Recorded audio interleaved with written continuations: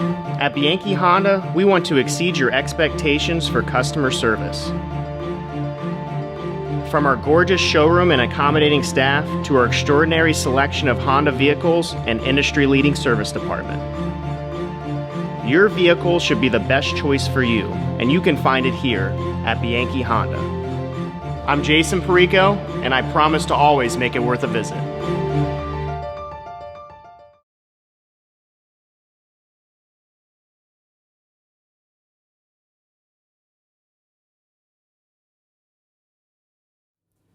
Welcome to the John Reilly Coaches Show. Coach, thanks for joining us today. Only one game last week, but let's start at the beginning of the week. I like when I'm talking to you. You know, I like picking your brains on stuff outside of the game too. Really, it's the first time, probably, I could be wrong, all season that you had a long period of practice once the actual game started. How did you guys attack that week of practice, those 6 days, and how did you use those? And, I mean, just right up top, we had a very productive week of practice. Now, we didn't play very well when game time came, but Monday was we just kind of redid some things. We obviously watched some film. We did some things, talked about some things defensively, worked on some things offensively as well, but we just tried to make practice as competitive as we could. And Monday's practice was pretty decent. Tuesday so-so, Wednesday so-so. Now Thursdays and Fridays were very good, but we still don't have great carryover into the games. In each one of those practices, Dan, early in the week, again, we spent a lot of time defensively, just in terms of little things. And for whatever reason, I really put the blame on me. I've not been able to get this group to defend the way we've been able to get every other group here to defend. So we're trying to think of different ways. Trying to show them film, and again, just showing some of our past teams, just in terms of maybe some techniques things, effort things. So again, just trying to stress the little things, because there's no light switch. You just can't turn it on and off. And we're just a completely different team when we lost our whole nucleus. And we do have good players, and we do have great guys. We have good workers. So really, it's on me in terms of I got to do a better job of getting them to just be good at a few things, and it led us into the week, which we knew Reilly Jesuit, I think, came in 7-1, 8-1, whatever it was, and we scored fairly well for half, and it was, but that's not our game. I mean, we never, during the course of the game, we were never able to stop them, and we were never able to stop them consistently, and we're not going to win a game when we're just trying to outscore somebody. Well, we get to the game, and you kind of talked a little bit about it. This was going to be my next question. I think you might have answered it, but you guys are tied at 35. Then the last 23 minutes, they kind of took control. Were you happy with the first 17 minutes, even though it was tied? Were you unhappy with it? Not really. I mean, we were unhappy with it just because the game was always their pace. It was always, we have not been able to exert our will on them yet. And again, I don't know what they have, 40, 43 at the half, 42, 43. That's giving up way too many points and way too easy. We got beat on probably 7 or 8 back cuts, where our biggest thing is always trying to keep the line of the ball, trying to keep the ball in front. And they were running some different actions, but they would do some things, and before you know it, the line of the ball was behind us, and they were getting wide open layups. And then on top of not keeping the ball in front, our ball pressure, when I say ball pressure, our big thing is we try to get 40 deflections a game. That's a little thing, but it helps if someone gets beat backdoor. If you have your hands around the ball, it maybe buys you a second so that we can recover, and they can't throw the pass because our hands are there. Again, similar to somebody rushing a quarterback. If your hands are up, they can bat balls down, even if the guy's wide open and somebody was beat. And it's the same principle. And I haven't done a good enough job of getting our guys to understand just the importance of that. Another thing that we spent a lot of time on, and again, we still continue to struggle, is just playing in a stance, being low. You're quicker, you're stronger, you're faster. So again, we're just going to keep harping on the little things. If against Reilly Jesuit, in your starting lineup, you had 3 different guys from the game before, and I know you've kind of gone back and forth with some different combinations, off the bench, on the bench. How has that affected maybe you as a coach, them as a players, that you just haven't been able to? It affects everybody. It affects everybody. Our chemistry is just not right, and obviously we're in fact-finding, searching for answers, and because I've always been one that I like to try to find a lineup. And and then keep that. And then once in a while you may tweak it a little bit. That's definitely hurt us. But in fairness to players, some are up, some are down, and we went with a group for about 7 games, and I don't think in that group, really on our team, I don't think we have one guy that's just playing unbelievably, and that's where we really missed the past guys, mainly Adam Blazik, because he was just so consistent in everything. And again, I knew it was going to take time, and it's no knocking these guys, because in time they're going to be good. We're just going through some really hard things right now, and the schedule's been difficult, which is only going to help us. And all we're trying to do is just keep them going. If you were to come through the gym, you wouldn't know what our record is. You wouldn't know. And that's a credit to our guys. And having been in this business a long time, it ebbs and flows. I mean, we won the league last year. We won our division the year before. A new change. It is what it is. We didn't get stupid overnight. And again, we have good players coming into a program that's different than the ones that they came into. So it's definitely going to take time. We're not happy with how things are going. We're not into the consolation wins in terms of, we talked about at half. We weren't happy where we're at because, again, we haven't been able to be good at the things that we need to be good at to give us a chance to be successful.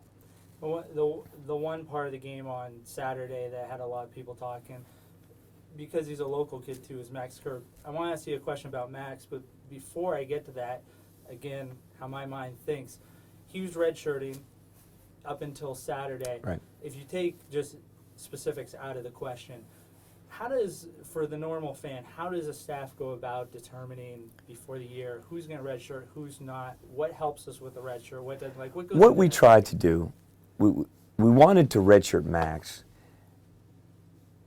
because, number one, he's a very good player. He's a high energy guy. But we wanted to redshirt him because he can play both the 1 and the 2, mainly his body. He's not very big.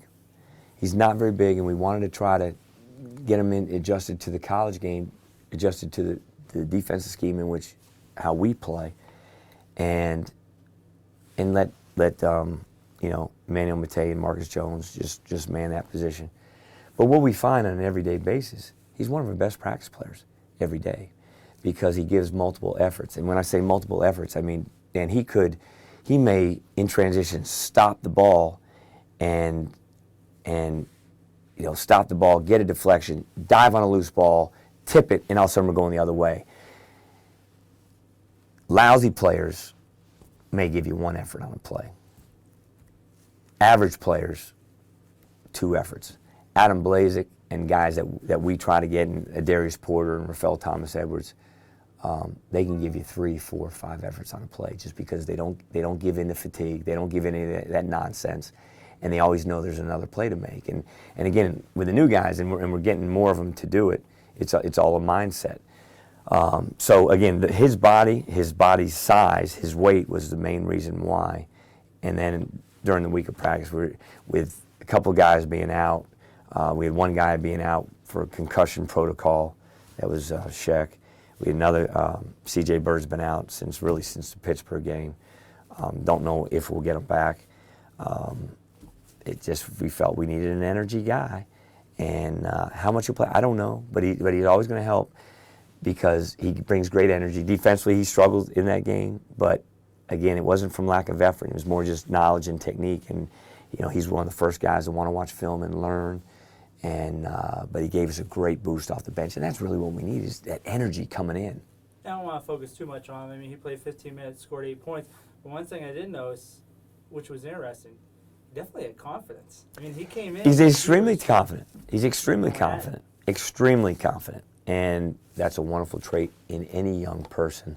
And again, he's very, very smart, and he's tough and competitive. And we have other guys too that can. We've got to get Marcus Jones doing the things that, because he was huge off the bench for us last year, and whether he starts off the bench, he can still impact the game just because of his energy level.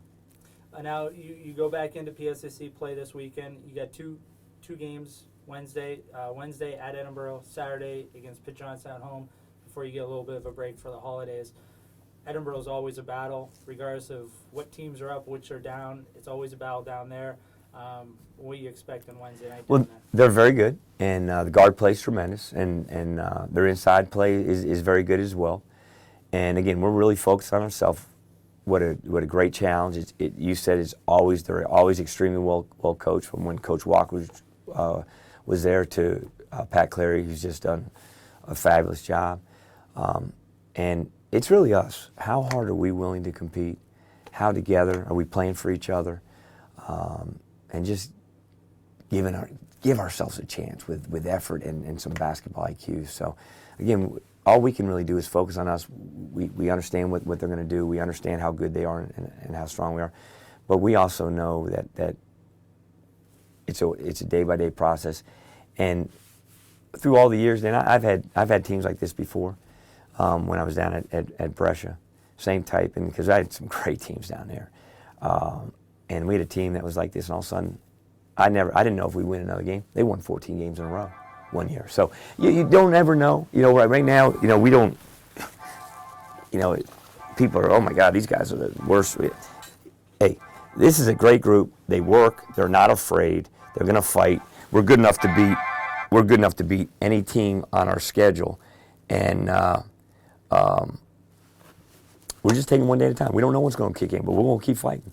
And just one last question for the listeners. This will be our last show for a couple weeks. The next 2 weeks we'll be off because of the holidays. We'll return the first week of January with the next coaches show. So just one last question to wrap it up. So you play Pitt Johnstown at home Saturday. Have you guys thought that far in advance in terms of do the kids scatter after that game, or what's your plan? Well, we always do. I mean, we'll head off for the mandatory day off period, and then they'll get back. I'm trying to think. They know the schedule. I'm bad with dates right now. I think we can start either the 27th or 28th. Obviously, I can double check, and then we're here for good. The biggest thing that we have to do is we've always made our move at that time of year. If you look over all of our years, we've always made a huge move then, and because they're out of school for a while, and you can just really focus on basketball. Obviously, as we're speaking, we're in final exam week, but when they go home, I really don't like them to play, but they obviously have to stay in shape. I don't agree with a 7-day off period. No other sport does it. Basketball is fast paced. You can get out of shape real quick. All of a sudden, people come back, got injuries, and then it's just a train wreck. So we just try to make sure that they hold each other accountable, that they get in the gym, they get shots. Maybe they work out with their high school team in terms of conditioning and things like that. And obviously go enjoy their family and friends and celebrate the wonderful time that Christmas is. But basketball is a long season. It's a marathon, and a lot can happen in this season. Well, I appreciate you coming out. I know you're busy, Coach, and we're wishing all the listeners out there happy holidays. We'll see you again first week of January, and for now, we'll send it back to the Blitz.